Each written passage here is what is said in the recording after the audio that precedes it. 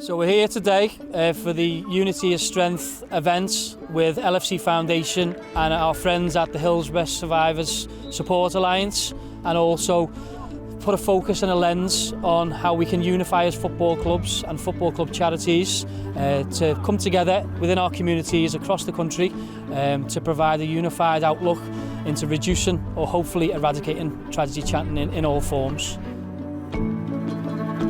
The event today was initially an idea from 2017, and the idea initially was to give youth players an opportunity to come along and train at the academy who had links to families from the disaster at Hillsborough, what Carl and his team bring to the table, and the ideas and the initiatives that they brought up, which would be the walk and football, is incredible really. And you can see behind what it means to everybody.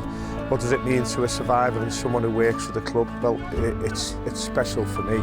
It's very, very impactful, both on the adults you can see playing in the walk and football and the children. We've got low level, entry level, medium level, high level players here, and some of them have not been on the academy before, so they're dreaming really.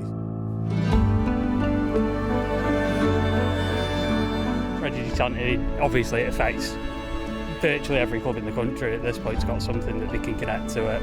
But obviously with United and Liverpool, with the rivalry, it's fantastic for us to be able to put stuff like that aside and really come together and celebrate what's positive and try and move towards improving discourse within football really.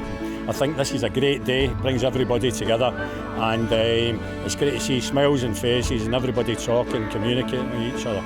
Everybody's enjoying it, there's been music, it's more of a festival type atmosphere, and we just want it to continue and get bigger and bigger.